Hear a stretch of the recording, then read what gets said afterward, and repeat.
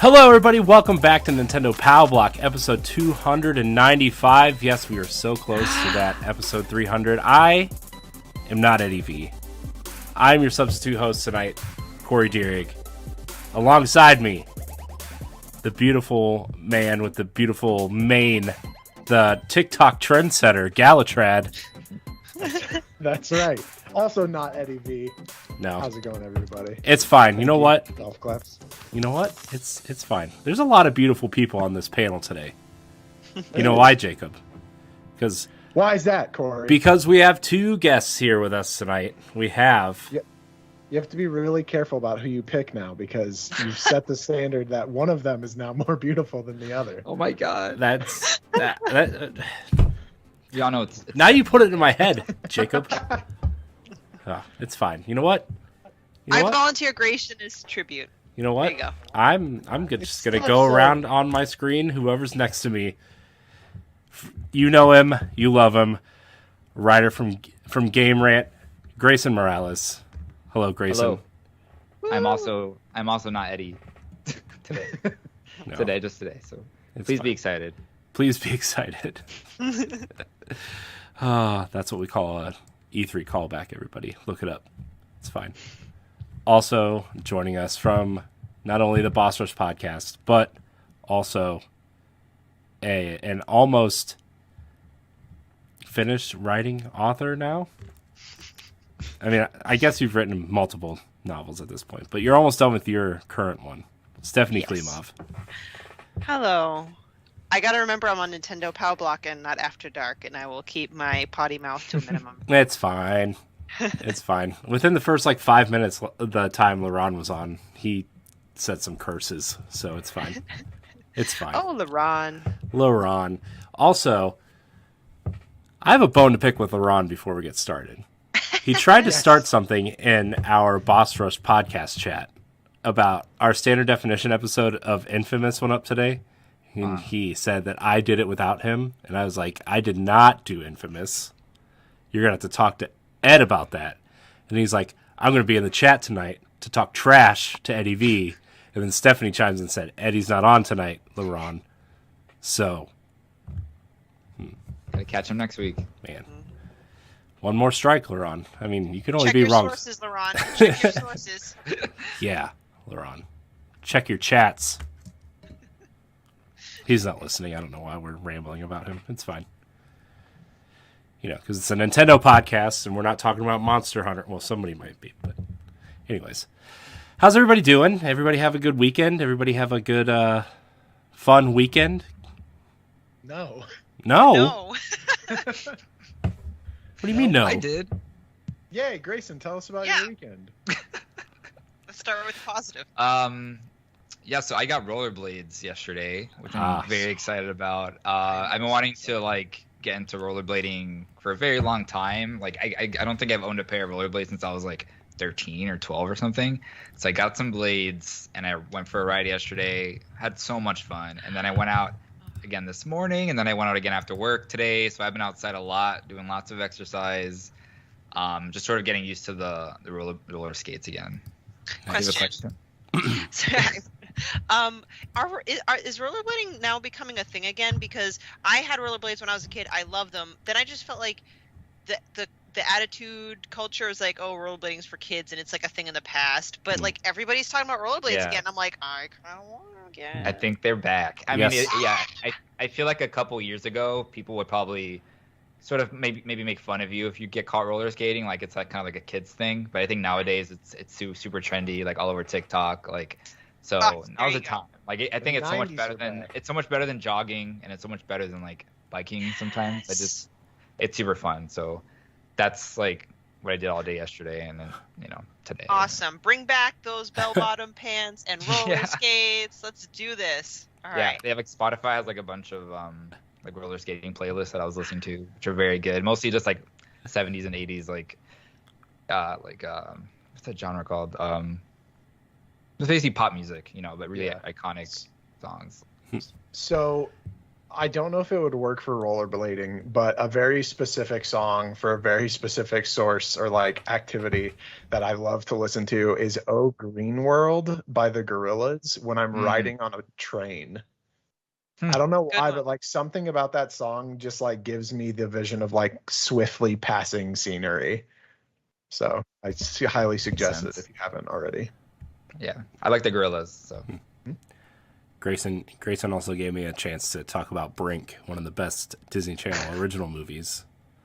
Today. Not one of the best games ever made. No, that game was bad. Mm-hmm. But movie, classic, timeless. So to say. It is. I never seen it. Oh man, you should. And I used to watch like everything on Disney Channel. It'll change the way you feel about rollerblading. You'll get like this whole new reinvigoration for it. You'll also want to weirdly wash dogs. Mm-hmm. Okay, you'll understand if you watch the movie. But I have Disney Plus, so maybe I'll find it. It's on there. I found it. It was like literally like the third or fourth movie I looked up when I got this. Well, you don't have to Google it. There you go. Oh man, Stephanie. What about you, Corey? Oh, me? Yeah. Me and Stephanie had bad weekends. Oh no. What did I do this weekend? I have something good in there. What did we do this weekend? We did something, and now I forget because it was 2 days ago. It was fun. I remember it being fun. Last night we went over to my sister-in-law's house, and I played a pretty mean game of Scrabble. I'll tell you that. It was a good time. And we cooked out and everything. It was fun. My daughter got a scooter. That was fun. Nice. She's mobile. Yeah. It was interesting. So, my daughter's soccer game was also on Saturday. Let me tell you, she's really into soccer for a 3-year-old. So great. She'll get all her energy out and won't throw your Nintendo Switch around. Yeah, that'd be great. That would be great. Her new obsession now, by the way, is she loves Xbox. She loves to say the word Xbox, and she loves to play with my Xbox controllers. And she thinks it's hilarious to turn the console on by pressing the Xbox button in the controller. She thinks it's hilarious. Mm-hmm. And then every night, like, I'll read to her, and then I'll let her watch like a video for 5 minutes. Like, I'll set a timer and she watches a video for 5 minutes. Now, instead of either watching a video or reading, she wants to go to Xbox Design Labs and color controllers. Oh my god. That's awesome. So we do that. Wow. Yeah, make sure she doesn't accidentally buy one of those. I know. Yeah. Well, I'm not signed in. So, the thing we did this weekend, the big important thing, we took my son's 1-year-old pictures. Aww. So that was fun. Happy birthday. Yeah. I mean, his birthday was a couple months ago, but we just had to keep moving it. So, but I'll tell him you said that, Galutrad. Save it for the next one. And he'll look at me and like, I don't understand your words, but feed me. And he'll articulate that perfectly, but he won't actually understand what you're saying. Exactly. Yeah. Mm-hmm. You're correct. You are correct. Mm-hmm. Yeah. So that was my weekend. I also played a lot of Destiny and Assassin's Creed, but we'll talk about that later. Yeah. So why the bad weekends, kids? Why? Stephanie, do you want to go or?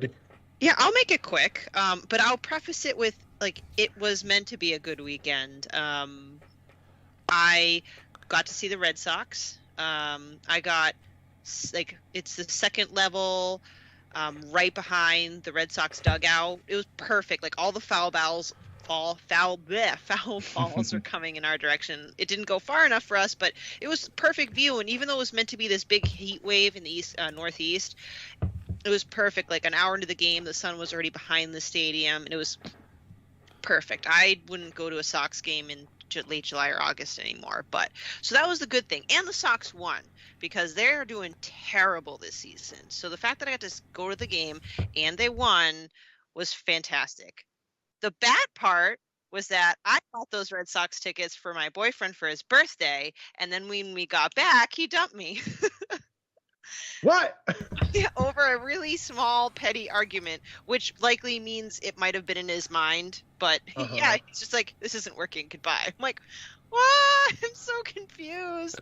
And it was really upsetting. Like, I'm laughing now because I've had the weekend to process it. Like, poor Corey. I was a crying mess. I was texting everyone I could text, but I was crying for hours. But no, now I can laugh at it because it's just ridiculous.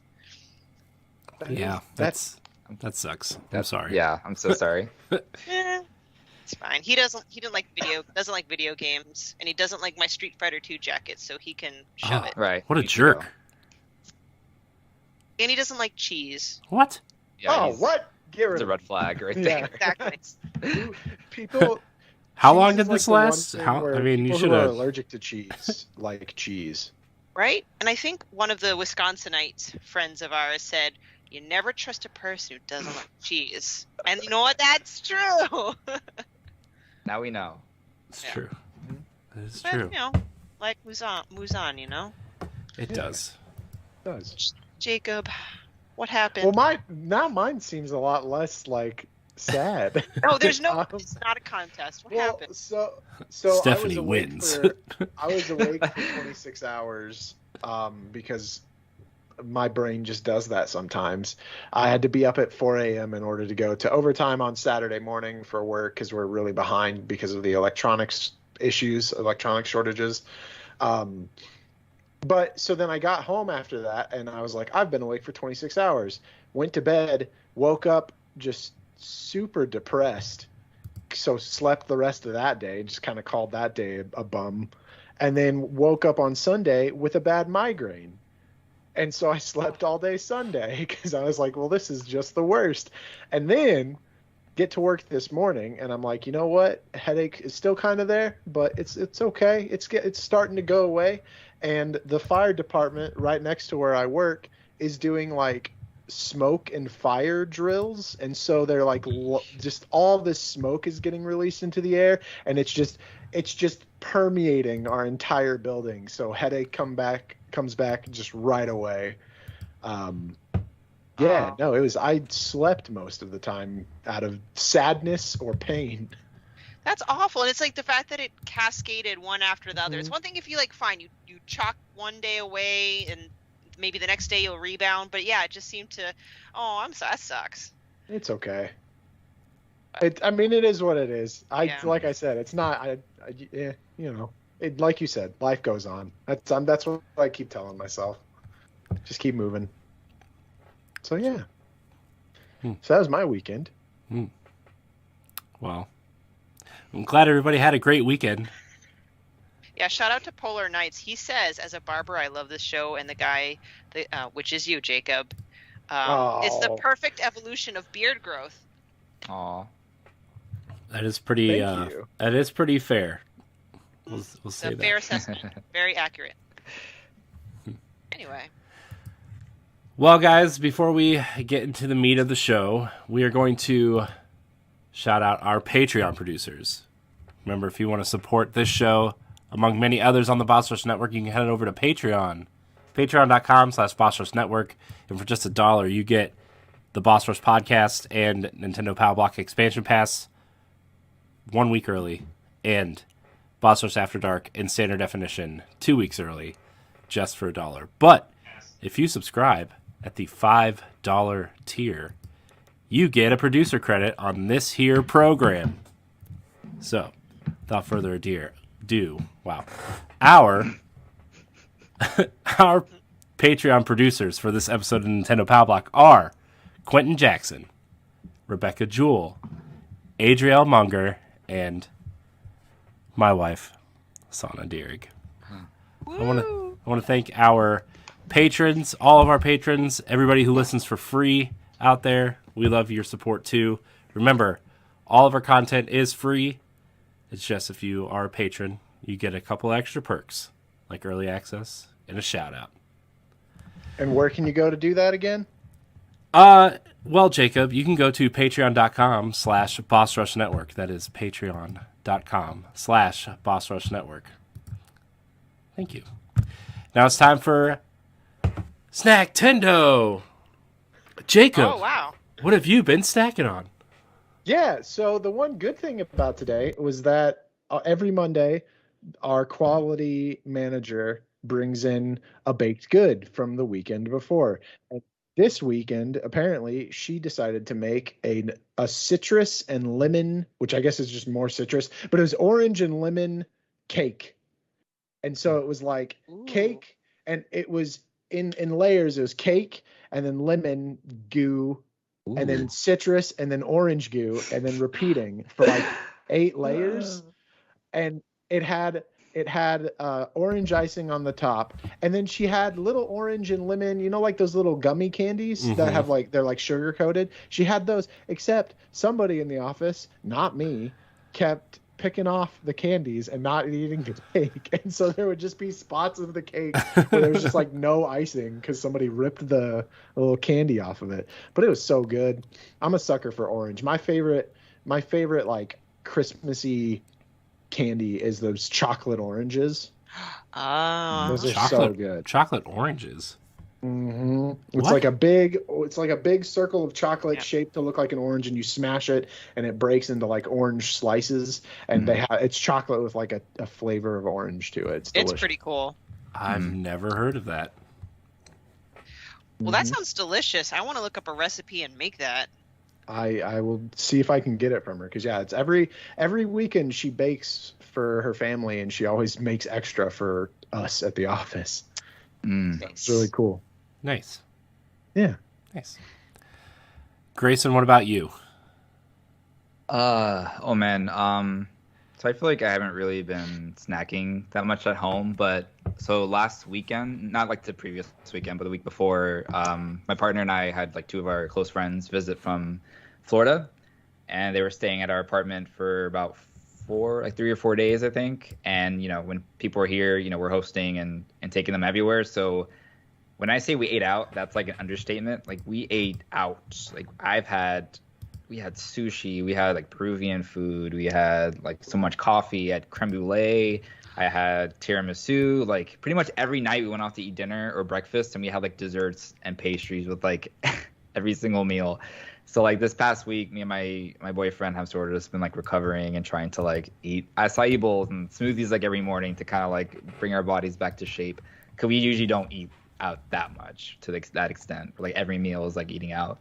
But man, I have like, Chicago has some like the best food, and we took them to like our go-tos, but we also went to a couple of new places we were kind of like nervous about, but everything ended up being incredible and delicious. And yeah, we had such a good time. It was super tiring at the end of it when they left, but it was a blast. So yeah. Nice. Do you have a particular meal from all of the meals that you ate out that like really stood out? I'm trying to think. I mean, so we went to the sushi place that we go to frequently, and that stuff just always has like the best stuff. I guess there wasn't really one specific thing, but yeah, the sushi was probably the best part. Excellent. Yeah. Nice. Yeah. Nice. Stephanie, what about you? Kind of looking back a little bit, since it's been a while since I was on the show. For Mother's Day, it's grill season, so I grilled a filet mignon, and I used Alton Brown's dry rub. So I seasoned it with that and grilled some asparagus along with it. And then more recently, after the Red Sox game, there's this Boston's really transforming in the best way. There's this great food court near Fenway Park now. It's very trendy and hip, and it's very like a beer hall kind of setup. Kind of like, Faneuil Hall, but much less crowded. And I got myself a rice bowl, but you pick the type of flavor you want. So I had a Korean bibimbap like type flavor with the fried egg and everything. Oh, so good. And all that. I love kimchi, and I just inhaled the entire thing and dealt with a stomachache later. And then snack wise, I've been kind of, sticking with typical stuff. Celeste, a good friend of ours, sent me some samples of those popcorner chips.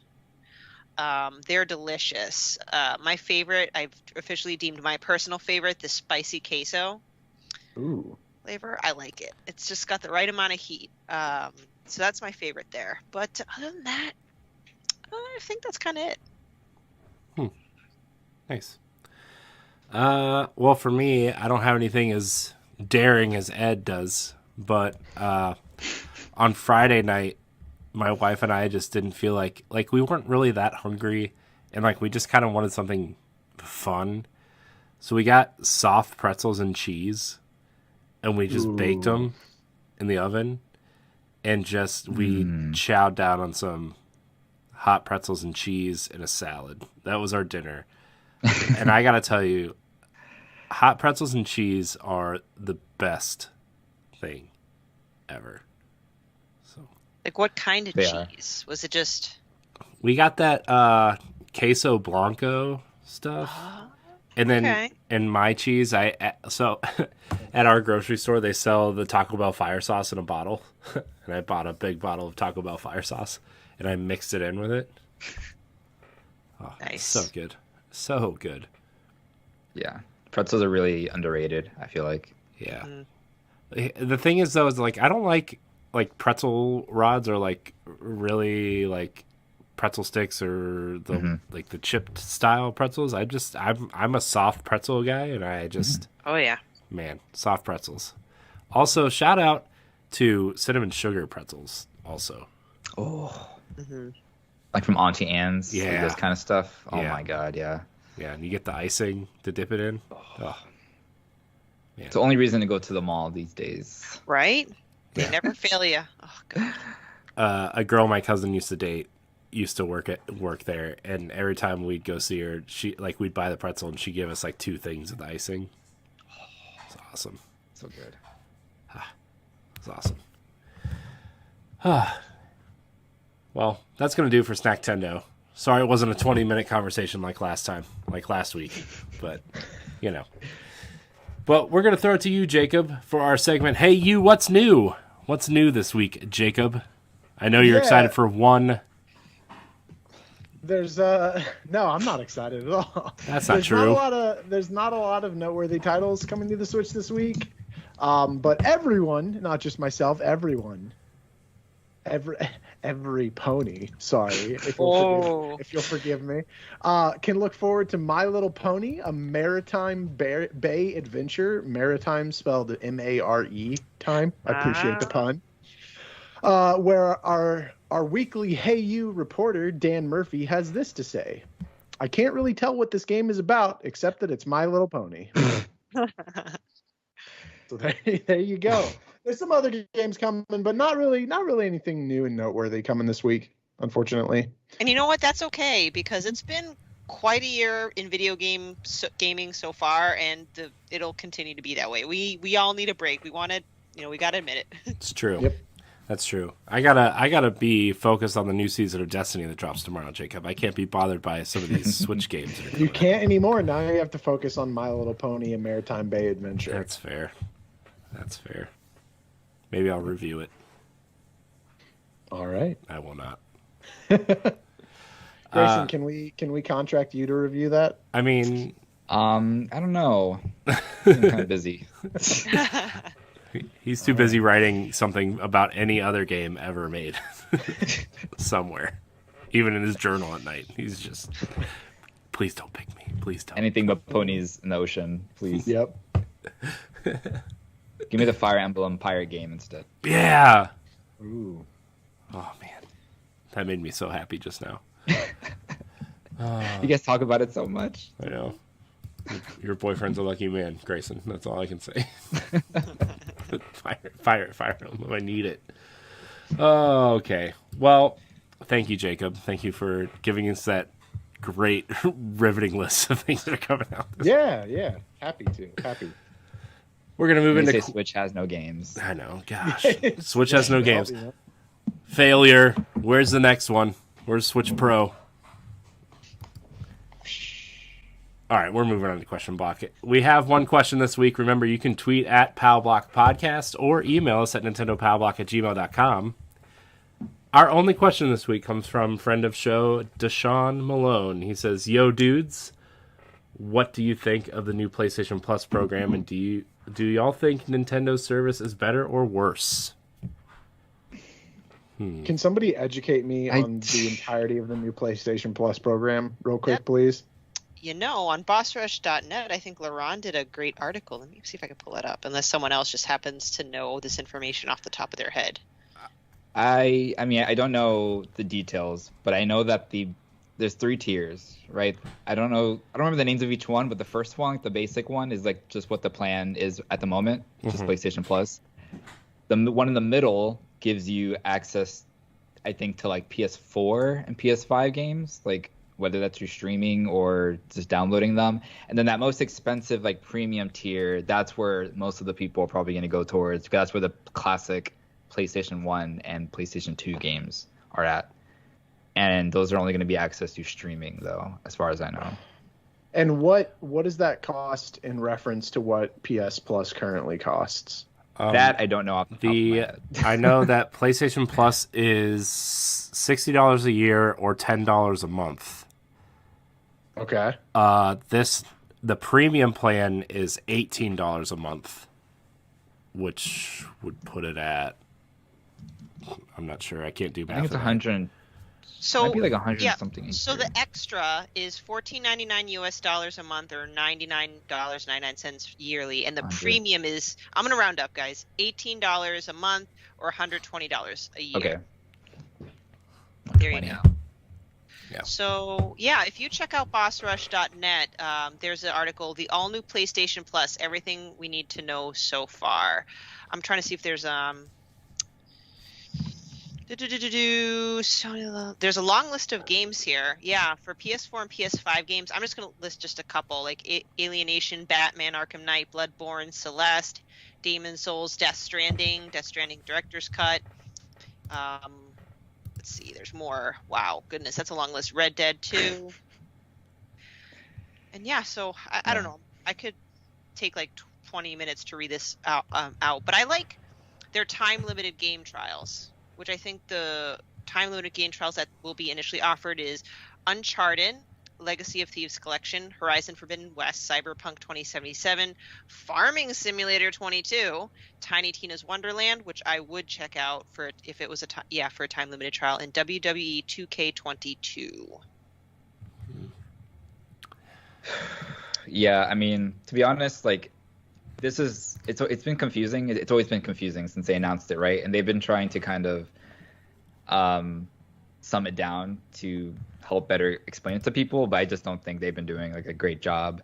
And I don't like the streaming part of it, to be honest. Like as someone who's like, I'm a big PlayStation fan. Like I like a lot of their classic games, but I'm not subscribing to premium unless there's like just, I don't know.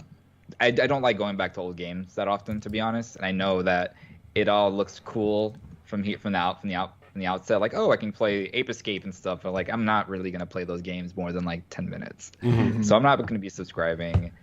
I don't know. Compared to Game Pass, it kind of just like it seems a little high for that premium cost. Oh, I turned my video off for whatever reason. Sorry. So go ahead. I feel like I've seen a trend, and I don't know why, but apparently there's been a trend of like just canceling your gaming subscriptions. I think Xbox is the major one that people are talking about, canceling their Game Pass subscriptions. What's going on with that? I think because people are arguing that Microsoft doesn't have any big first-party titles coming to Game Pass in recent months, and nothing really coming in the future since Redfall and what's the other game called that got delayed? Starfield got delayed. It's like, okay, nothing's coming from you guys, so we're going to cancel for the time being. I mean, you know, I mean, I like having Game Pass. I mean, it's essentially like a Netflix subscription. I don't remember the last time I even played anything on Game Pass aside from like, I think I tried Tunic out for a little bit, but I just like to have it because it's convenient. Also, I like what Xbox has announced and what's coming, and a lot of games on there I wouldn't have tried out ended up being games that I really like Outriders was a game that I absolutely love, and I wouldn't have touched it if it wasn't on Game Pass. So, I don't know. To me, the whole thing about the PlayStation thing is like, I'm not invested in the PlayStation ecosystem, like, at all. You know? I mean, I like the games when they come out, but, like, I like Uncharted and I like Horizon, but I'm not like dying to get a PlayStation. You know, like I just not. I mean, again, I guess it's the same for Xbox. I'm not like crazy about Halo or anything, but I just think Game Pass is a great deal, and their online stuff works way better, and their backwards compatibility stuff is way more convenient than PlayStation's. Smart delivery is way more convenient. So for me, well, the thing about Xbox is its strength is the fact that it has a nice rotating selection. I mean, there are stuff that will always be on there, but things come on and they come off, so it keeps things fresh. So for someone who likes to sample and explore different games, there's a lot of attraction towards Game Pass. The people that are unsubscribing because of lack of, new first party titles, that's just because those are the like hardcore fans, which I can understand. I'm a Nintendo person primarily, but my next console is PlayStation because I like their first party third person action adventure IPs, right? And they're just ripe with it. I actually had canceled or ended my subscription of just the traditional PS Plus, just only because I haven't really been utilizing it. Looking at this now from a person that likes Sony's IPs, this is attractive to me. Maybe not now, because if I pay for it now, I'm not gonna play it. I'll buy it when I'm finally caught up, right? But I feel like this is going to be for the Sony diehard fans, because that's where all the classics are going to be stored. Whether or not it'll really kind of excel, I think depends on what they're going to continue to do with it. I don't think that there's much room for rotation. I think they need to kind of keep things fresh. I think that would be an additional step to make it better. But I'm not going to poo-poo on it before it's officially even launched. But I would say that's kind of where it might not grab all fans. And I know the question was like more or less about comparing it to Nintendo with the subscription service. But I mean, we all know the online service for Nintendo isn't great. I'm not going to be an apologist or something for it, but I still think Nintendo is taking it really slow, whether that's intentional or not. I feel like Nintendo's going to come out with an announcement around E3 time of what their next stage is, whether it's another catalog of N64 games or if it's going to be Game Boy Advance or whatever. It's too early for me to say how well it is compared to everything else, but I consider it different. It's just different.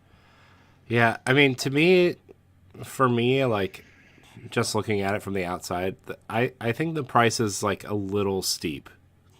I think that top tier, I think they could have gotten away with like $8 or $15 a month. That would have put it in line with Game Pass Ultimate. I don't know. But like to your point, Stephanie, you said this is for the hardcore. I think a lot of hardcore PlayStation games have played a lot of those games already, though. You know? And a lot of the hardcore PlayStation faithful are physical game collectors. So, I don't know. I'm just kind of confused at who this is for a little bit. And I think it's different. I know we're supposed to be comparing it to Switch's online, but just to go back to Xbox for a second, it's like Xbox has been pushing their digital storefront and their digital services and digital. Whereas PlayStation, it looks like they want to like do both a little bit. And I think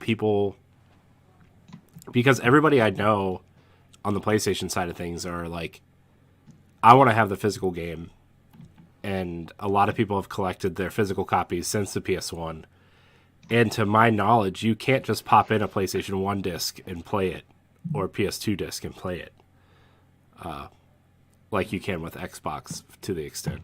So well, I was kind of hoping for PS2, PS1 games somewhere in there, but hopefully that'll be down the line. I think those games, I think they said somewhere down the line they will be selling those games a la carte.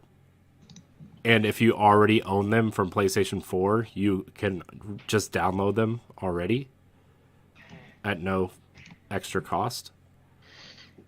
But going back to like the Nintendo thing, I think in theory Nintendo's is like in theory is better just because they have that legacy and those games and those like the franchises that everybody loves, not just like hardcore people, right? Like I heard two kids the other day at the playground talking about Ocarina of Time, and they were like they were like 7 or 8 years old, and they were talking about like we got the subscription service on our Switch and I'm playing this Zelda game and it's like really old but like it's really cool and I fought King Dodongo and he had to throw the bombs in his mouth and it was really cool and you can go back in time.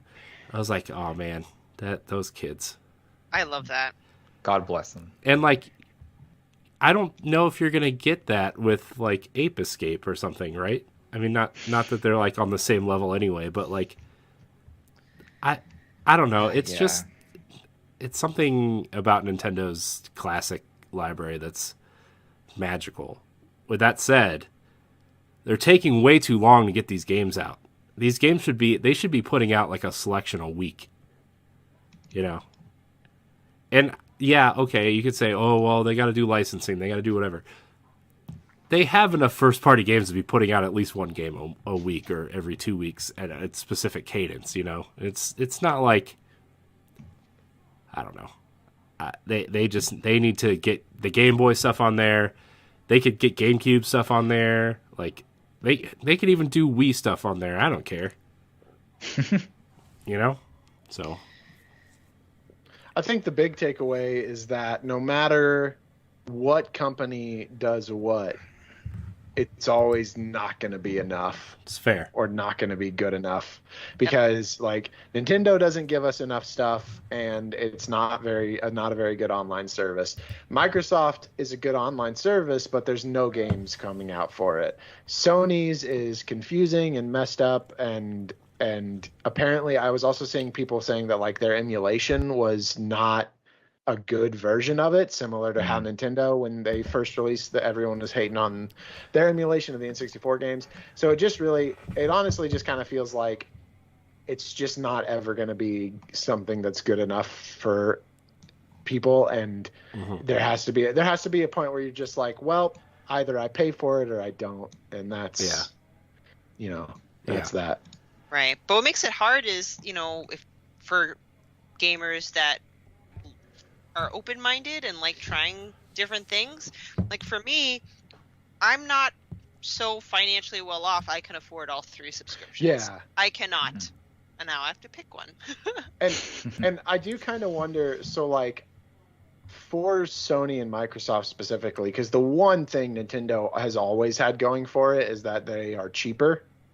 It's the cheapest service available. Even their NSO pass is cheaper than the other ones. So like I would love to know where Sony's profit margin and Xbox's profit margin is on that. I would love to know, could they come out and say, you know what, ours costs the same as Nintendo? And like that would just be crazy to people. They'd be like, look Nintendo, look at this, it's the same price and they're doing so much more than you. Yeah. And could they afford financially to do that? And I feel like the answer has to be yes. Well, but I don't know for sure. I don't know what PlayStation situation is, but Phil Spencer's commented several times that Xbox Game Pass and Game Pass Ultimate are sustainable. Now, granted, I don't know what that means. Like, they could be making $1 a month off of that. Like, that's, but, I mean, the fact that Game Pass is sustainable right now is kind of impressive, actually. So... Anyways, it's hard to compare it to. They're hard to compare it to Nintendo's service. To be honest, it's just so different. I would have to. Yeah, I would have to look at PlayStation's more in depth and see, like, I think the big reason why people are questioning PlayStation's as well is that the PlayStation 3 games are still streaming only. Yeah. Because they just can't get that processor to work, like the emulation of the cell processor to work, and it's just putting them behind. So, which is tough because like the type of internet access, it's not really equitable, Yeah. So that kind of sucks. The thing is, though, is like The thing is that they have some games working on the cell processing emulation, but since each company had to develop games for it differently, as opposed to the Xbox kind of x86 architecture, every game would need its own emulator. So like, they said they might have it working by the time the PlayStation 6 comes out. So, Sony didn't say that. Like, there are some tech insiders that have been talking about PlayStation 3 emulation and stuff. And if you want to know more about that, you should just look it up. But a lot of them are saying, yeah, I've heard that they've actually been working on it since the PS4 Pro came out, and they just can't get them all to work. I'm like, then release them in waves. Who cares? It's fine. I'm going to play some Ocarina of Time. Can't play that on PlayStation. Boom. Unless you have a jailbroke PSP. All right, guys. Yeah. It's time for Fammy News. Did I do it? Fammy News. There you go. Jacob, take it away. Take it away with his hands. Yeah. So we've got 4 news articles, 4 news pieces coming to you this week. The first one, mayhap the rumors of Square Enix being bought by Sony are starting because other companies want to get out of the game as well. It was reported by Kotaku that apparently EA has already been pursuing a sale or merger, possibly even already having talked with Apple, Amazon, and Disney. EA aren't the only ones, though, because Ubisoft is also in the rumor ring with wanting to sell their company after its share prices reach a higher point upwards of €100 via GameIndustry.biz. So there's been a lot of game company mergers and buyouts and things going on. How do y'all feel about it? I don't know. I feel like eventually, it's going to be like Disney, how Disney owns everything, and we're just going to have like 3 companies that own like every single developer and publisher out there. Yeah. I think Disney is the one company that wouldn't buy them because they just closed and sold all their studios to license games out. So, I mean, right. I don't know. That's Embracer Group, right? Am I saying it right? Embracer is the one that bought Crystal Dynamics, right? Yeah. And, yes. Yeah. Yeah. Eidos Montreal and stuff. Oh, okay. Yeah. Because I was thinking from was it Square Enix's Western division? Yeah. Yes. Exactly. That was Embracer. Pretty smart. I don't know. I think that part was smart because Square Enix is just very focused on kind of their Eastern arm. Exactly. So I feel like, some things seem to jive well and make sense. But yeah, there's just been a lot of mergers and people wanting to be acquired that makes me feel sad. But, video game industry is a business. And my old college economics professor says, a lot of times businesses or lines of business tends to come down to a 2-horse race. Not always 2 horses, but it was a phrase. Mm-hmm. So I can see it kind of going farther down to who knows what the final bunch would be, and I don't know, it's hard to say. Depends on if they let the developers make the games that they want. Yeah, and Microsoft also said they're not done buying studios either recently, so I think this summer you're going to see a lot of acquisitions still from all these companies. I don't know if you're going to see an Activision type purchase again, because I think somebody's going to be sniffing that out at some point. But I don't know. I think Ubisoft I can see, because Yves Guillemot doesn't have any family that wants to take over the business, right? His brothers are out. He's like the last one. So, and he's not a spring chicken, right? He's getting up there. So like, I think he wants to get out while he can. And, Ubisoft makes sense. EA, though, does not really make a lot of sense to me in terms of, like, selling to someone. Do you think it could be because of EA's arguably dreadful image in the gaming industry. Like they tend to be the butt of jokes for everything. Yeah, but to me that leadership is all gone though. So like to me it's just like, I don't know. They're going to have a hard time turning that meme, like getting out of that, right? But like they've really started turning around, I think, with certain things like Jedi Fallen Order and a couple other single player things that have come out. They're making the Dead Space reboot or remake and Skate 4. So like it's not just Madden, FIFA, right? They're doing smaller things or single player things that people hated them for in the first place, right? So I don't know. I just don't know. But so let me run this by all of you, the collective. What if companies started selling their IPs rather than the company themselves, so that we get a wider diversity of where their products go? Well, I think that's why Disney started licensing out their IP, and I think that's where Warner Brothers will end up heading, right? Because they're still rumored to be selling their gaming division. I think companies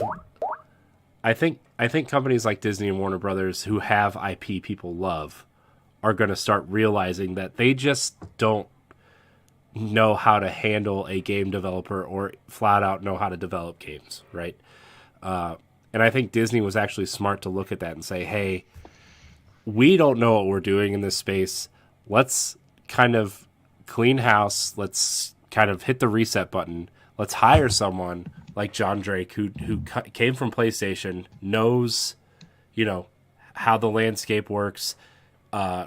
He's a huge fan of our IP anyway. He can maybe pinpoint and say, hey, this IP is good for this studio. This IP is good for this studio.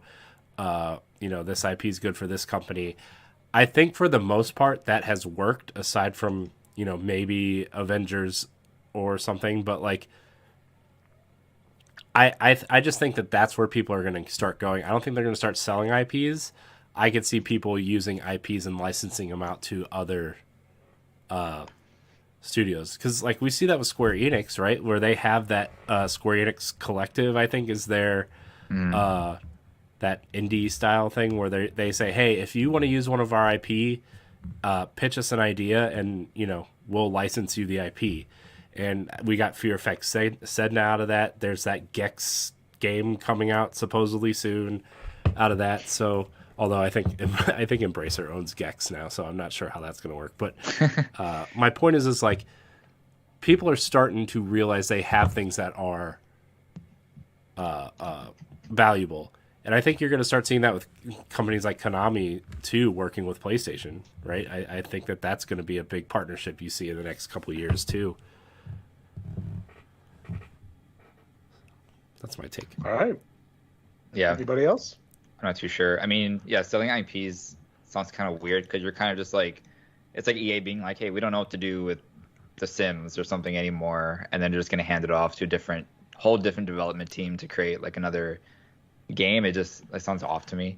But I can totally see it happening too. If they wanted to just like make some money and get rid of a IP that's not working for them anymore, or like not really performing as well. Like I'm looking at a list of EA's like IPs right now, and they have like Army of Two, for example, which would be an IP that I could see being handed off to like someone like Embracer Group or something like that.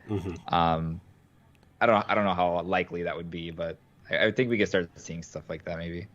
Yeah, and think about all the smaller companies that have started growing that built their games, their original titles as like love letters to these IPs that they care about, and then suddenly they get the opportunity to, with that money, to go in and say, well, let's just build that game. Let's just use that now.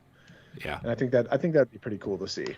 Yeah. It would definitely foster more diversity in keeping franchises fresh.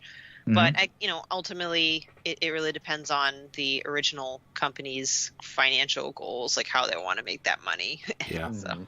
Yeah. I mean, we do see second-party relationships all the time, you know? Yeah. So, I mean, what would the difference be if, like, EA went out and said, hey, we're going to work with this studio because all of our studios are busy, but we really want to do this IP? Yeah, that makes sense. By the way, Army of Two 40th Day, super underrated. I played one of them. I don't know if that's the one I played, but I played one like on PS3, and it was fine. It was okay. Yeah. Well, that first one came out right after Gears, and it was like, what are you doing? Mm-hmm. This game, Gears exists. Anyways. All right. Well, Yeah. Speaking of making that money, Steph, thank you. The Pokemon Company has thought of a new way to keep people hunting trading cards until the end of time. Oh, no. As a part of a new Pokemon Go series cards, hunters will be able to find peelable Ditto cards. Oh, gross. This new mechanic will be noted with a Ditto on the bottom left of the card. The real question is, which will be more valuable in the future, unpeeled Ditto cards or peeled Ditto cards? Oh, no. This Unpeeled. looks super cool. Like, As a you guys, I mechanic, don't know if you it's- guys have seen yeah. the video of the person like peeling it, but I saw that. I'm like, I wish I had this when I was a kid, because I would have like kept all those Ditto cards, because that's like one of the coolest things. But when you peel it, you can't. It doesn't. You can't put it back, right? It just peels off. That's what I understand. Yeah, as it just comes off. So cool. Doesn't though. get to be put back on. So now you've got your pack that could have anything in it, and it could have a Ditto that could have anything behind it, right? Like, or it could have a card that is a Ditto behind it, and it could be any Right. number of these Ditto cards. Mhm. Like that's interesting. And apparently they're not the only card company that does this. Apparently Magic the Gathering has started doing this now as well. Interesting. So very, very weird, but hey, there you go. More reasons for Pokemon cards to be sold out all the time. I mean, yeah, I was gonna say I don't think they need another reason to sell cards right now, because their Pokemon cards are huge. I've been trying to get rid of my Pokemon cards for so long. I wish someone would just, like, buy them for me. I would buy them from you, but I can't afford those first generation ones. I know. I have, like, the very first gen Pokemon cards. I have a lot of first edition foil cards, including the ones that everybody wants. And I'm like, I just want to sell them and buy a house. That's all I want. Do you think any of the newer generations, like I think this generation, these recent Sword and Shield packs, their thing is the V and the V Max. Mm-hmm. Do you think these newer cards will eventually have value as first generation holds value now? Or do you think like there's just so many different booster packs that it's like flooded the market and will no longer really get there? Just wait 30 years. Time makes everything valuable. I know that sounds like a joke, but it really does. Like, I mean, yeah, of course, the cards that I have will always be valuable, but there's always going to be a demand from a child who grew up playing these 20 years from now and wants the collection. And like, oh man, I got rid of those so long ago. I want them. And like, there's always going to be a demand. There's always going to be someone willing. The card is only worth as much as somebody's willing to pay for it, right? And then that's where the price gouge goes, right? And so No, the card is only worth about 20 cents, to be honest. But it's what somebody is willing to pay for it is the part that matters. But That's it's what I only s- worth that's what I 20 said. cents, That's what I tried to say. if that. Yeah, I think so, Stephanie. I think that it'll be a lot of the same. I think that your Charizards will still continue to be incredibly popular. I do think that there will be an increase in unopened things. Mm-hmm. The cost of unopened packs from this generation, because now there's a lot more kids and a lot more adults and just people in general opening up these packs. And you're not getting as many people that are just buying them to keep them sealed. And so I think that cost is going to go up a lot. Interesting. Well, speaking of sealed, because bring it back to the news topic, I just did like a quick check on Polygon, because I would think that leaving it unpeeled, as disciplined as you would need to be to have this Ditto thing unpeeled, it says that one Redditor brought up that the glue might degrade and warp the card. Interesting. So it's like you want to retain the value, but you might actually just be destroying the entire card over time, just by the nature of how it was put together. It's like baseball cards that used to come with gum, right? Like if they were kept in like a hot space for too long, like that gum would deteriorate and destroy the cards, you know, and so. Yeah. And Interesting. one last thing, like I hate to say it, but I find some of these, like now that we're not in like major holiday season, and I've checked certain sites where you could just buy a box like full of X amount of booster packs. And when you do the math, it still equates to like $3.99 a pack, which is like the lowest you could get for a booster pack. Part of me is like, what if I just buy that? And then when Christmas comes around, I'll be able to afford to buy Christmas presents and I'll sell it because it won't be around by Christmas. That could work. Good. Anyway, cool. It's a cool feature. I want to check it out. I also wonder how many like counterfeit Ditto cards there are going to be. Oh God. You just peel it back and it says, "You suck." Oh my gosh. So one other fun little Ditto fact, and we'll move on. Did you know that the Pokemon centers in Japan will purposefully hide Ditto versions of Pokemon in their plushie displays? So like So in the cute. displays of all the Charmanders, there'll be like a Ditto Charmander with a little Ditto face.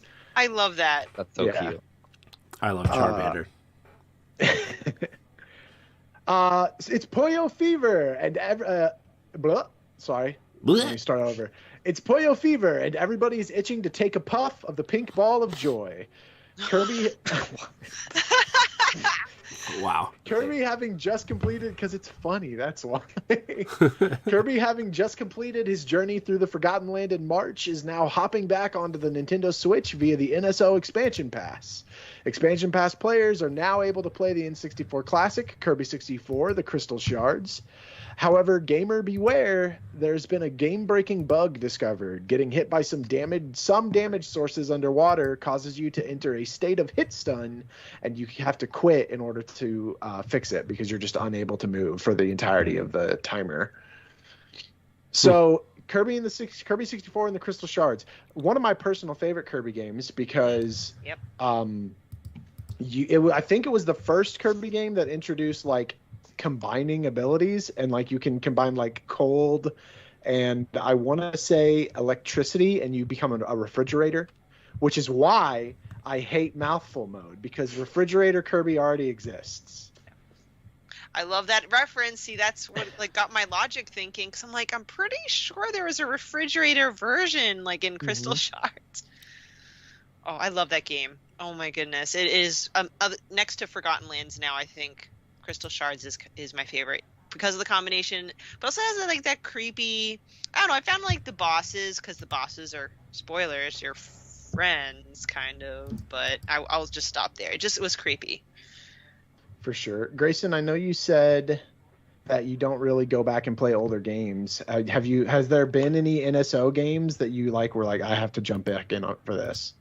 Yeah, there's been a few. Like I jumped into like Star Fox and like Mario Kart 64 and Smash Brothers on there? No. What is the other part? Not yet. I know Well, Mario pretty much Party Mario 2's on Kart, there. because like when I used to have a Nintendo 64 as a kid, it was always like multiplayer focused stuff. So like Smash and Mario Kart and that type of stuff was like our most played stuff. Like this Kirby game, I actually never played it before.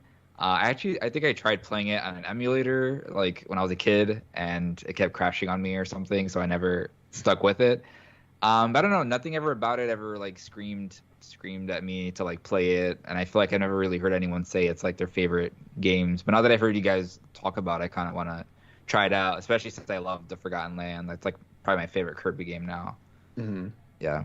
And it's interesting too, because this is like Forgotten Land is the first true 3D Kirby game, and Kirby 64 was the first 3D Kirby game, even though it's a 2D side scroller. So it's like, they're both kind of synced up in history. This is a question for all three of you. Is there a game that could come to NSO on N64 that would make you immediately hop on and play it? Smash 64? Smash Brothers for sure. With online multiplayer. Ooh. Let's go. There's a couple of them, but I would say the first one that just came to mind is Wave Race 64. I don't know why. Hey, Wave Race is a classic that like, Mm-hmm. I feel like that's one of those that either you absolutely love it or you've never even heard of it. Yeah. I don't understand how people never like. Wave Race was so For me, it was so seminal to the Nintendo 64 experience. That and 1080, like at the same time. I don't know, man. Snowboard Kids, man, that's the one. Yeah. Oh my gosh! Finally, someone else who likes that game too. So, speaking of snowboarding games on the Nintendo 64, I asked for 1080 snowboarding for Christmas one year, and my parents bought me this other snowboarding game called Twisted Edge Extreme Snowboarding. Ooh. And it was not 1080 snowboarding. I'll just put it that way. Oh, Rampage. I would Rampage would be great. Rampage immediately. And it's only because I grew up with it, but I would be into Harvest Moon 64 again. I lost interest in Harvest Moon since they came out with like 50 others, and it just became the same thing. But Harvest Moon 64 was my first ever of the farming sim type, so it just personally bring me memories. So it would also be really cool if we got the Japanese version of the first Animal Crossing game, which came out in 64. Yeah, Animal Forest. Animal Forest, right? Yeah, because the first Animal Crossing is one of my favorites for sure. And it'll be cool to see like the differences between the two versions. Maybe when they release the GameCube on NSO, they'll do like a party where put population growing and Animal Forest out. I mean, the NSO has a history of putting out Japanese versions of games. I mean, Sin and Punishment is on there, and that didn't come out here. So that's true. They could always release it on the Japanese one, and then you just make a Japanese. It could happen. Yeah, it's possible. It could happen. Shout out to Angels in the Outfield. Are you into Pokemon Secret of Mana and Xenoblade Chronicles? Well, this is none of those. Trinity Trigger, originally under the codename Project Tri, is a turn-based RPG being developed by a company called Three Rings, who are responsible for Story of Seasons, Tokyo Ghoul, and One Piece Romance Dawn.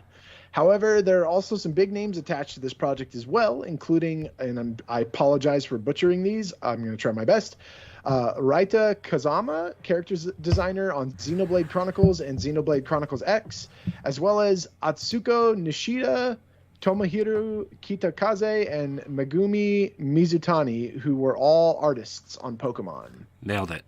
So this came, we got news of this for Boss Rush. And Corey, you had posted it in the chat, in our Twitter chat. What are you excited for this one? I mean, anytime something for someone from Xenoblade is attached to a project is usually has my attention. Also, if you're gonna kind of make a cool new stylistic RPG, I'm usually going to at least half pay attention to it. The key art that they kind of use to reveal this looks a lot like a mixture of classic Final Fantasy, I would say almost Final Fantasy Tactics art style. It just, I don't know. It has me excited and intrigued to see what it is. So yeah, man, looks cool. Yeah, I'm looking at actually I haven't heard of this story until today, so thank you. But it looks pretty cool. Like Corey said, I'm a big JRPG person, so anything that comes from like famed RPG developers, I'm always going to be interested in, and especially since it's supposed to be kind of like a like taking inspiration from like 90s RPGs. Chrono Trigger is like one of my favorite RPGs. I love Final Fantasy, so anything like that is right up my alley, and it looks really cool. It does look very cool. The character designs look cool. The art style looks dope. So far. Steph, you excited for this one at all? Any interest? Yeah, I mean, I have an interesting relationship with RPGs just because maybe I'm an adult now and I don't have much time, and I also lack patience, so I think the combination is terrible. Like, I don't have a lot of patience at all. However, I do find it stunningly beautiful, and I'm not going to say no to it. I just might not get it like day one, but it's definitely going to be on my list for sure. I love the watercolor effect in the background. It looks awesome. One of the only things I see here that might not it doesn't concern me, but I wasn't really a huge fan of the story for Octopath Traveler, like the general overarching story. Yeah. And the writer for this game is the same writer for Octopath, which could be a good thing or a bad thing. I do like the individual stories for each character, or most of them at least. But I think that game also it just has like a lacking narrative for like the overall adventure that you're on. Yeah. But this seems to be more straightforward and not like you're not going to be controlling a bunch of characters probably. Yeah. Yeah, that's true. The game's designer Like might hold the writer to just one. Yeah. Like no path. Octopath, just one path. I know it had Cool. try in the name, but we're not doing 3. We're doing 1. Maybe because there's 3 characters. Maybe. Tree. It says there's 3-person multiplayer. Oh, in this article I'm reading, so Ooh. it'll support solo play as well up to 3-person. So that's interesting. It's So what the you're saying is like spiritual Destiny. successor. Oh, I was going to say the spiritual successor to Legend of Zelda. Oh no, please! the Not the Triforce Heroes. Yeah. Oh yeah. god. What if it's their version of Phantasy Star? Phantasy Star Online allowed for 4 people to play. I don't care, Jacob. Come on, I'm just It's trying like, to. excuse me. I'm- It's a whole other. Let me just. Well, actually, You know what? It required you to have at least 3 friends to play it with you. And guess who didn't have 3 friends growing up, Jacob? Me. So, and I did want to ask a question from the chat. Our very own Shane, still saying Shane, wrote a banter piece on Eevee Evolutions that came out today on bossrush.net. And he wants to know, what variation of Eevee would you want based on Spain for these games? What type of Eevee do you want to see? I want one that looks like a bullfighter. I was just gonna say that, or just a bull, I guess, in general. Would that be like a fighting type? A fighting type, yeah. Yeah, or it could be like a cool. We haven't seen like a ghost Eevee type, and it'll be cool to get like a ghostly bull kind of thing, like no legs. It's kind of like a ghostly. Yeah. I can see it. Yeah, a ghost type would be great. It could be haunting like an abandoned cathedral or something. Yeah, something like Spain has a lot of history, so. I'm weirdly excited for Violet and Scarlet. I'm not a huge Pokemon guy, but just watching the trailers and stuff, I'm like, I think this is it. I think this is the one that gets me back in there. I have his article up now, and I think one other one that I would say would be fantastic. It would technically fall under normal type as well, but it would be like an Eevee that's like art like its tail could maybe be like a paintbrush, because I think there's a Pokemon that has a paintbrush tail anyway. Yeah, Smeargle. Yeah. But like I want an Eevee version, because I love Eevee in all its evolved forms. I actually finally collected all Eevee evolutions Pokemon cards, not like just wherever I could get them, not any special type. I just wanted one of each. So What love. What Could be types really are cute. we missing from this list? Fighting, Steel. ghost, Steel. dragon, poison. flying and poison and bug, Yeah, this is a lot. and rock. Rock. Yeah, but bug and flying would definitely be hard. Like, Mm-hmm. And normal, technically. Yeah. Everyone always wants a normal type Eevee evolution where it's just a more Eevee. EVVV. Eevee. Evian. There we go. Yes! There could be something based around like alcohol or wine or something. Like That would be cool. I don't know how that would work, but This Uh, Eevee is just a good time liquefied- all the time. It could be a flight of Eevees for flying. Oh. Can intoxicate other Pokemon. It's a new status effect. What's everyone's current favorite Eevee evolution?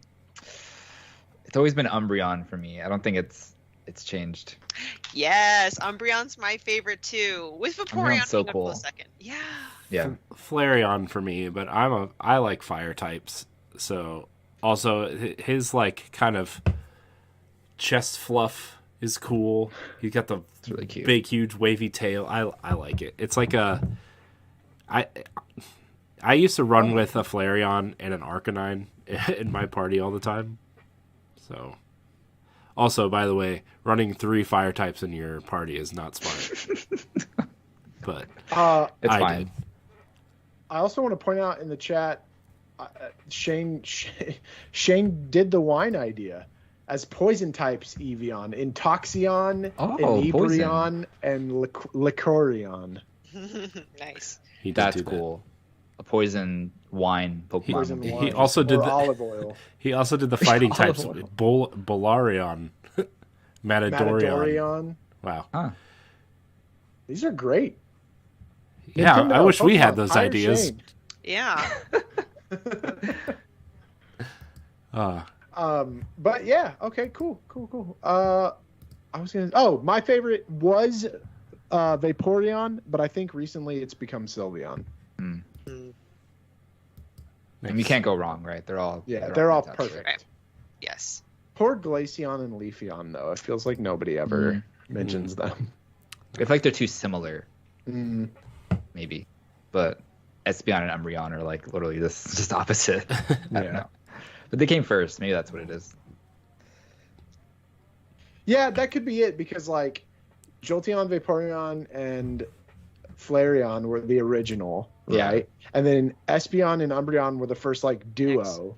And then you had Glaceon and Leafeon, and then everyone was expecting another duo, and we got Sylveon. So that one's special because it's like, it's just one.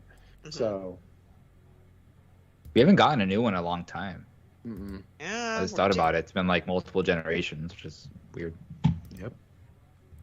It's coming back. Well, yeah, I'm sure we'll get a new one in this game. We'll see.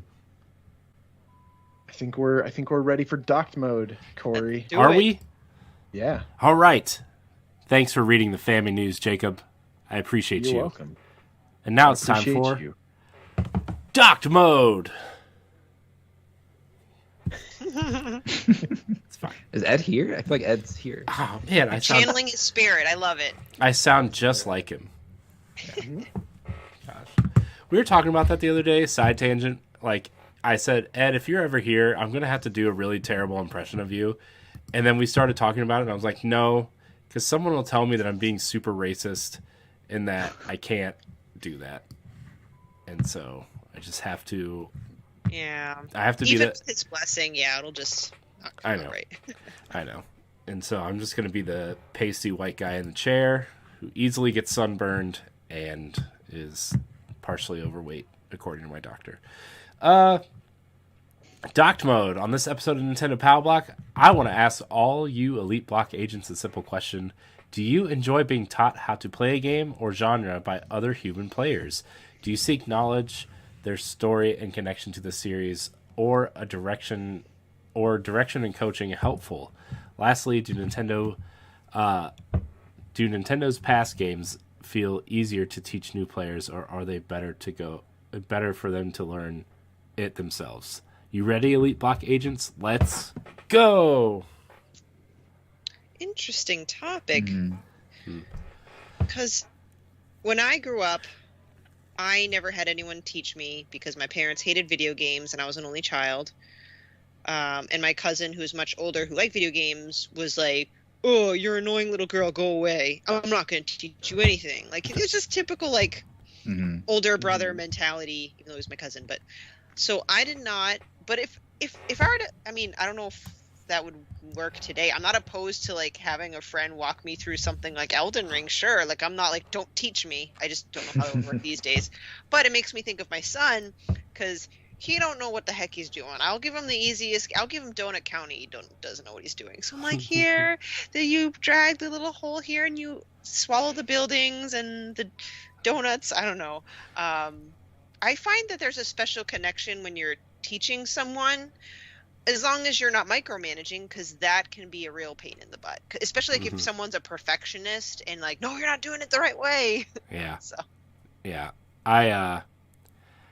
I've been trying to show my daughter once in a while games because she's going to be 4 in like a month. And I'm like, well, I started playing video games when I was 3. Also, it was a Game Boy and not an Xbox or a Switch. So it's really hard to kind of like talk about this because like we all grew up to a certain extent on like, you know, NES and Super Nintendo and Genesis and stuff. And like we were kind of learning about analog sticks at the same time as everybody else, you know? Mm. And so everybody kind of, it's like this weird thing where everybody was kind of learning together how to do all this. And now when you go back, it's like, well, where do we start? You know, how do I teach my daughter how to play NES and Super Nintendo first, or do I let her jump in, or do I just find a game that's easy enough for her to comprehend? Like Yoshi's Crafted World is something that I've been kind of teaching her and putting it on mellow mode and just letting her walk around and jump around and stuff. And she doesn't really get it, but she gets excited when she sees Yoshi jump or walk around and stuff, you know. And then she finds the screenshot button, and then there's 8,000 pictures of Yoshi dying on my screen, and it's like, well, okay, that's time to stop. But another game I also showed her was Disneyland Adventures on Xbox, which is like it's like this cartoon version of Disneyland, and you create a kid that goes around and does these quests in Disneyland, and we've kind of been doing it together.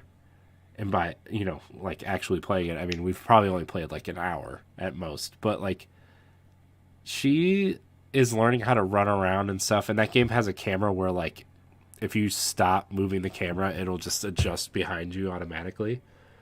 And so that's kind of really helped a lot.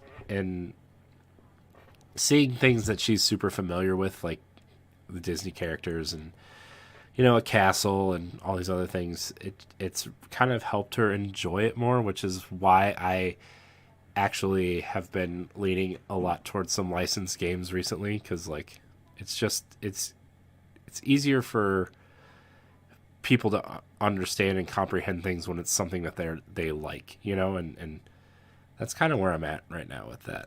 I don't know if my daughter will ever be in the video games the way that I am, but like, it's fun to sit and watch her kind of think about it and realize that, oh, the A button is jump, or hey, this stick, when you move it in a direction, that's where the character's moving. And it's kind of neat to watch. Yeah. I'm going to raise a counter. I have a new piece of equipment. I'm going to raise a counter argument. I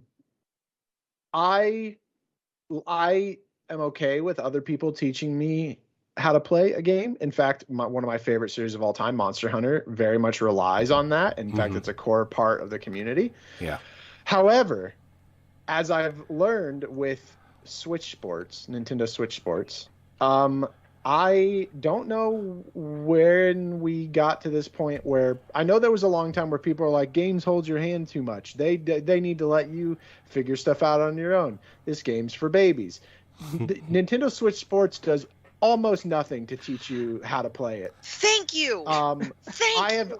Badminton for me is the worst offender of this. I have no idea. I know that if I swing down from up to down, I do a yellow shot, a drop shot, like a hard shot, and if I hold ZL, I'll do like a drop shot, which is right up at the net. But I don't understand why my character trips all the time. I don't understand how to make sure that I hit. I feel like I do the same motion, and sometimes it goes to the left of the court, and sometimes it just goes straight across the court. And I don't get it. I don't know why. And I don't know when. I can't find instructions anywhere on the game. I'm so grateful you said this, because when I played it for the first time, and it was with Dan from Dinosaur Machines, shout out Dan, I noticed that they didn't come out with instructions right away. I mean, bowling, figure it's kind of easy, but like everything else, like badminton, I'm like, and then once a match ends, it then shows a screen like, hey, did you know you could do this? I'm like, why wasn't that shown to me before I started the game?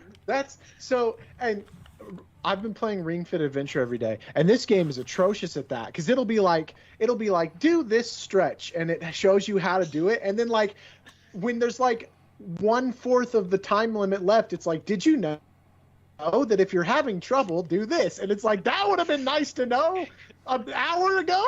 Like, where was that information? I've been over here struggling.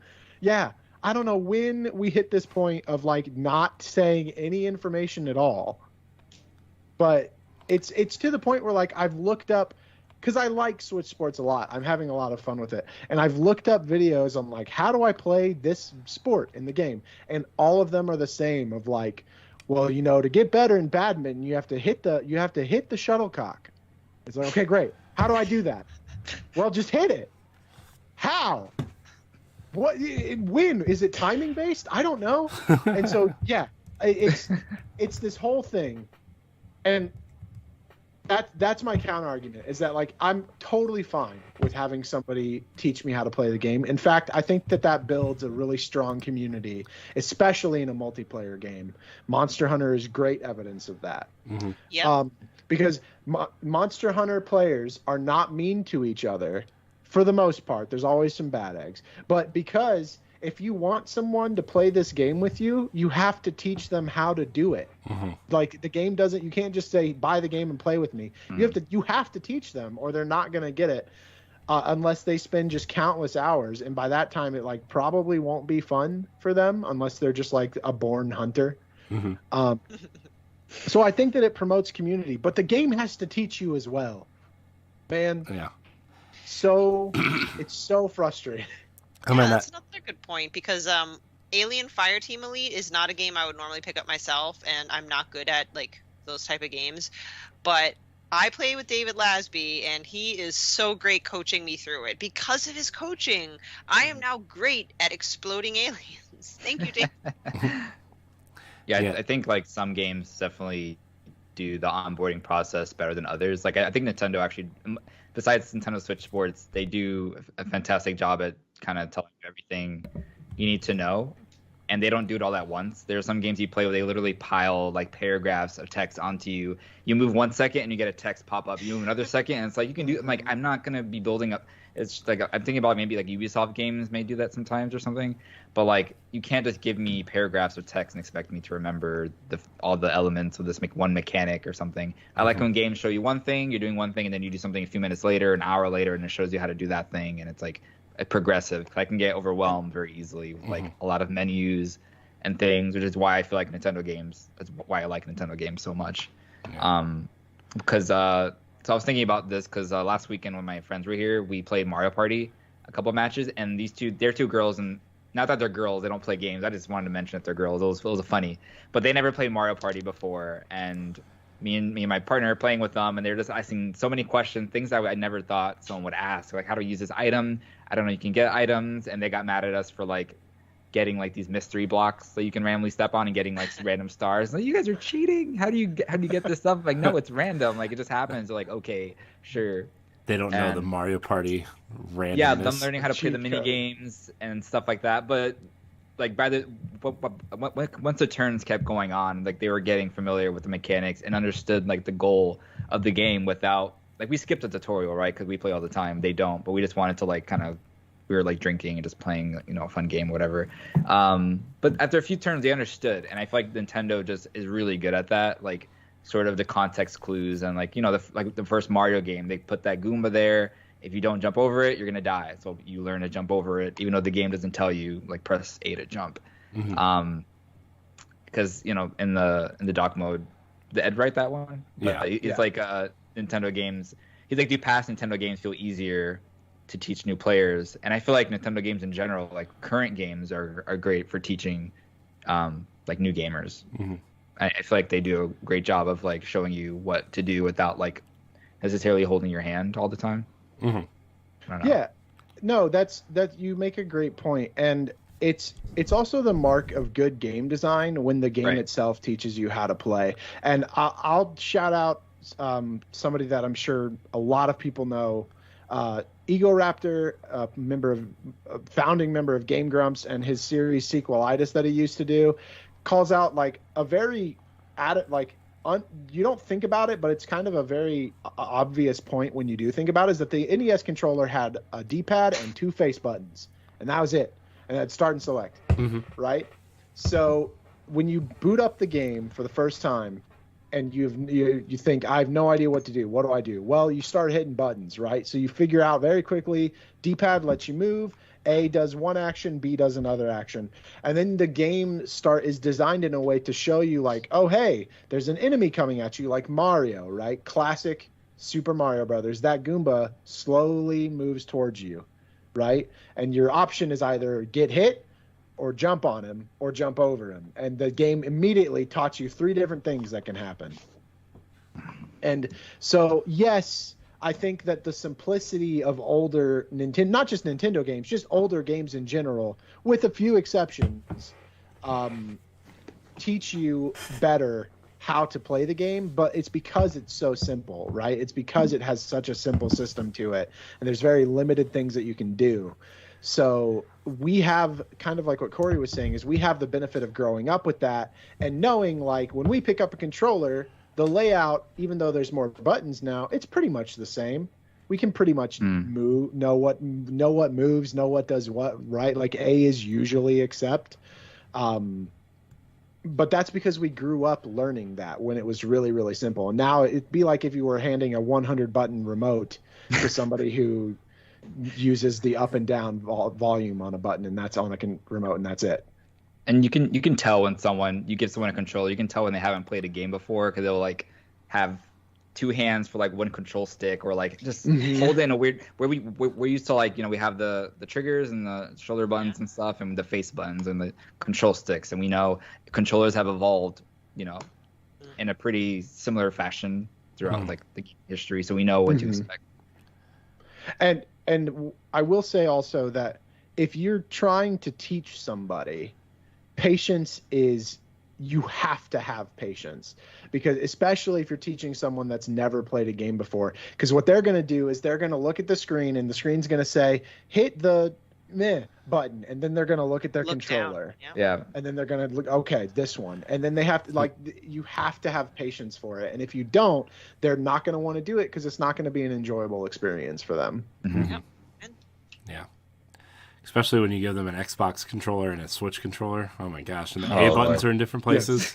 Yes. And the PlayStation and X button is, even amongst Nintendo controllers, where the X button is in the top and then in the top right on the GameCube. Yeah. Oh. Yeah. It's rough. Yeah, I remember when we were like trying to teach somebody how to play Destiny one day, and I'm like, oh my gosh, and this was like 2 years ago, and I'm like,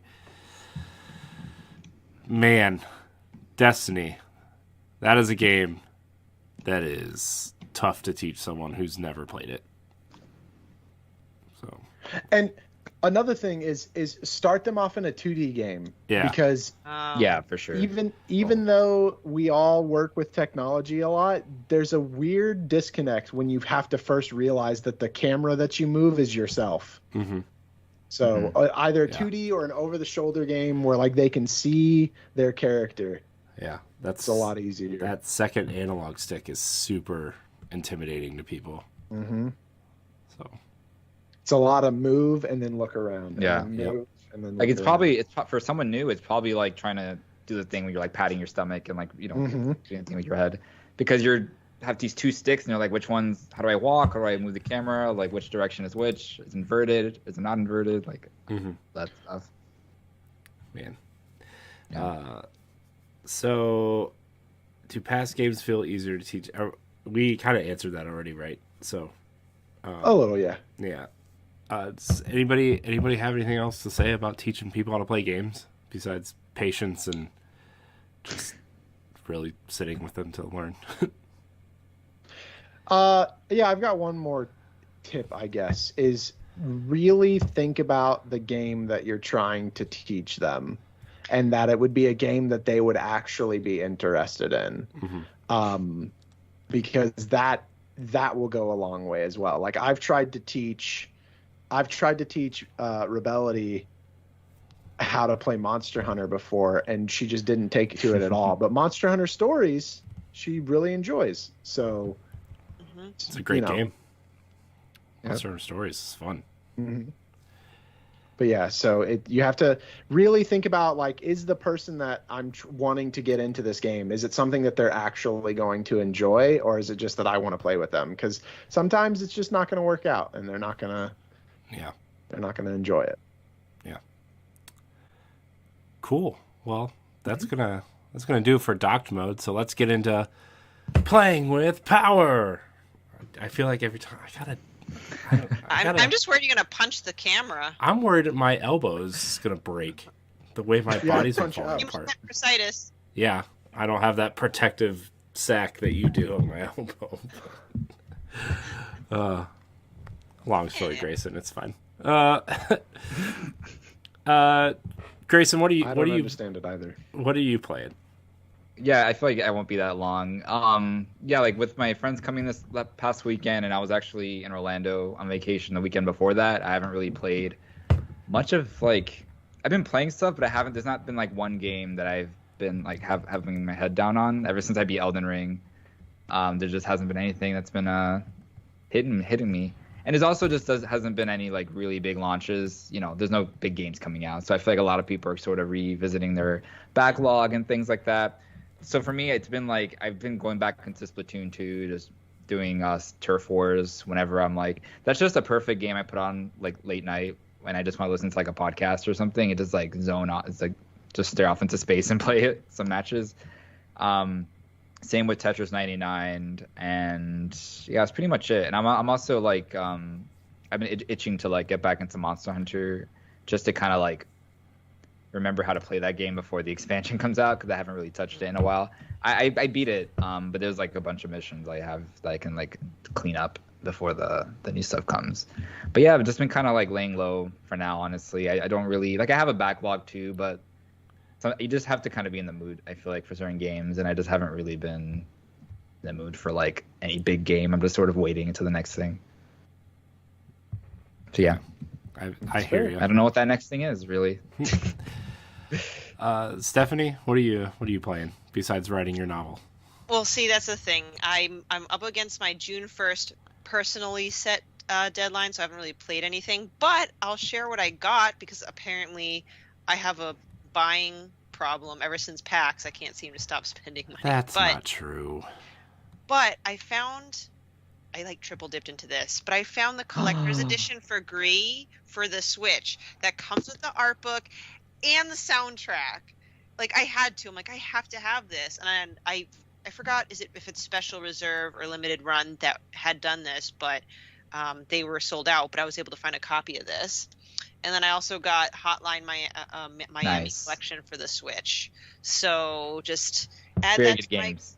Yeah, thank you. So I'm very much looking forward to playing them, but I have unfortunately not played games for a while. That's right. You only got a week. 1 week to finish a book. No pressure. Actually, I did forget. I wanted to add. I wasn't playing much, but I did get this today, which I plan on reading. Ooh, Yes. Yeah, Reggie's new book. So I'm excited for that. It's pretty good. Jacob, what are you playing? I've been playing daily Ring Fit Adventure. Saturday was day 50, and Sunday would have been day 51, but I was consigned to my bed all day because I migraine, and it was like 9 o'clock, and I woke up for a little bit and was like, do I want to do it? Do I want to make myself do it? And I just thought about turning lights on and was like, nope, not going to happen. So had to admit defeat and take a break day. So today will be day 51 after the podcast. But Ring Fit Adventure, I've been playing through Xenoblade Chronicles Definitive Edition little by little. Really haven't made it far at all because, oh my good lord, side quests. And I refuse to move on until every side quest is done. So I've just been running back and forth constantly between areas. A lot of side quests. Yeah, a lot of side quests in that game. And then I may or may not have gone on a little bit of a retail therapy buying spree because the 3DS eShop thing is going out today is the last day to buy something with credit cards. And not just eShop cards. So I got like a couple games left on my wish list. And I still got more to get, but I've got until next year to get it loaded up with eShop cards. There's like 48 more games that I have to buy. And if I can get them all, then like I have every game that's on the eShop that I want. That's awesome. Yeah. Nice. It's I have 128. No. It's impressive. I have a 250 gigabyte SD card in there so that I can have all of them. And it's wait, can it hold that? It can. Yes, you have. you have to modify it, not the system itself. You have to modify the SD card to be the correct format. And so like when I go to download a game, it'll be like, this game requires 6,000 bytes or whatever. And you have 9,999. And it just says that for a really long time. Huh. But yeah, like, you know how when you back out the 3DS menu, it shows you like all of your games? Yeah. You can like make it show the maximum viewpoint. Right. I'm almost to the point where I don't have any room left on that unless I start creating folders. So I'm really hoping that I can get it organized. Wow. And not be limited. That'll be fun. Yeah, it will be. That'll be a so project. my 3DS is almost like the perfect 3DS system for me. I'll have it, and it'll be, as long as it doesn't break, it'll be forever there. Nice. Mm-hmm. Well, I also went on a little spree. A little one, not a big one, a little one. I got some Wii U games, physical ones that I was missing. Ooh. So I got Watch Dogs 1, not great, but needed it. Splinter Cell Blacklist, also not great on the Wii U, but I needed it. And also, for some reason, Smash for Wii U. So, did you not have it? You didn't have it? I did, but I traded in some Wii U games to get the Switch versions of those games, and I regretted it. So now, the Wii U has kind of become my project. It's like your 3DS. Yeah. It's like your Jacob. I mean, I didn't get rid of a lot of Wii U games, but I did get rid of a few to the point where I was like, oh, I should have probably kept that. You know, like Mario Kart 8 was one also that I got rid of just because obviously the Switch version is 1,000 times better now. But yeah. I ended up getting that a couple months ago, and they're starting to go up in price, and I wanted to get them before they started becoming astronomical. Like Devil's Third is like $600. What? I'm like, no, I'm skipping that. But was Watch Dogs cheap? No, I mean so it was cheap, and then it wasn't. So I used to find it on new versions on Amazon for like $7, $8, $10. So like, I'll wait. This is one I can wait on. So I kind of prioritized my list. And then every couple weeks or so, I go through and I'm like, okay, has anything changed? Has anything... $35 for Watch Dogs on Wii U now. Wow. Okay, I thought it was going to be way higher than that. So No, but I mean... For a second. No, that's a but lot, like... it's 10, not worth that much. Going from 10 to 35, I was like, oh my gosh. So, also, like, the Call of Duty games on there are really expensive for some reason. Black Ops 2 on the Wii U is like $50-something. It's gross. I mean, you can go on and find a used copy that might have a hole in the case or something for cheaper, but I don't want that. Yeah. You know what I picture when you talk about collecting your Wii U games, like in The Little Mermaid when Ariel starts singing, like, look at this stuff, isn't it neat? Wouldn't you think my collection's complete? Yeah. I mean, yeah. Yeah, Basically. nothing wrong with that. You know what games are really expensive? Are those stupid Spider-Man games for the Amazing Spider-Man games from the movies. Huh. Those games are super expensive. Wii U? Yeah. Huh. Who could ever predict Could've what fooled would me. be really valued in the future, you know? Yeah. Also, Wii Sports Club on Wii U is like $100. So Wow. worth it. You can see the golf ball on the pad when you're playing golf. But in terms of games that I'm not really playing anything on Switch right now. I kind of got Mario'd out. I'm like really struggling with this one level, and I'm just like, I gotta just put it down for a minute. I'll come back to it. I'm committed to 100%ing Mario 3D World. I have 3 levels left. Wow. I can't just put it down with 3 levels left, but I had to put it down because I was getting frustrated. Also playing Mario 3D World in handheld mode on Champions Road is a terrible idea. Very terrible idea. So I've been playing Destiny a lot because the new season starts tomorrow. As of this recording, and they just released the trailer. Season of the Haunted. So that's going to be exciting. All of the seasonal gear looks like Grim Reaper stuff, and the exotic weapon is a scythe. So I'm very excited for that. I've also been playing a lot of Assassin's Creed Odyssey. I've put about 20 hours into it this past week and a half, and it's just my comfort game.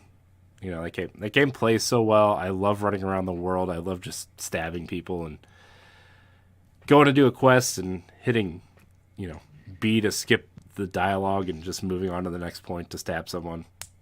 It's a good time. It's a good time. So that's kind of all I've been playing, though. I've been really ramping up some stuff for episode 300 and all the other shows, trying to give them a fresh kind of look, and episode 300 of Pow Block is going to be that kickoff point. So I'm trying to get everything ready for that. So that's kind of it, though. Anyways. Awesome. Yeah, it's a lot of work. I've been staying up way too late doing that stuff, and I should just take a night off, but I won't because you're stubborn. I know. But that's going to do it. I want to thank everybody for watching and or listening to this episode of Nintendo Pow Block. Jacob, Stephanie, Greysun, I appreciate your time tonight. You can find Nintendo Pow Block on your podcast service of choice. If you're listening on iTunes or Spotify, please leave us a 5-star rating.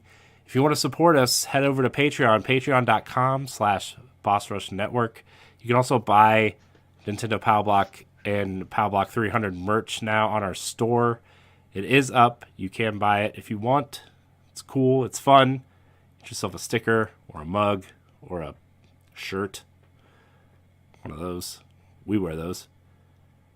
Greysun, where can we find you? You can find me on Twitter at Greysun Morales, and you can also find my work over at GameRant.com. Stephanie?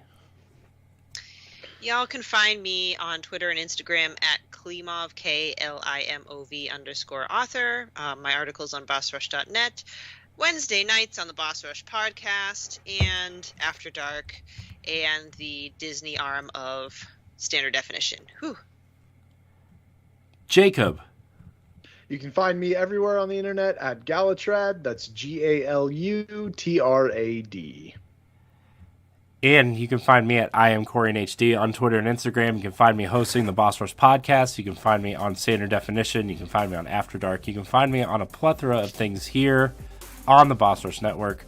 Also, check out Nintendo Pow Block Expansion Pass, our supplemental show.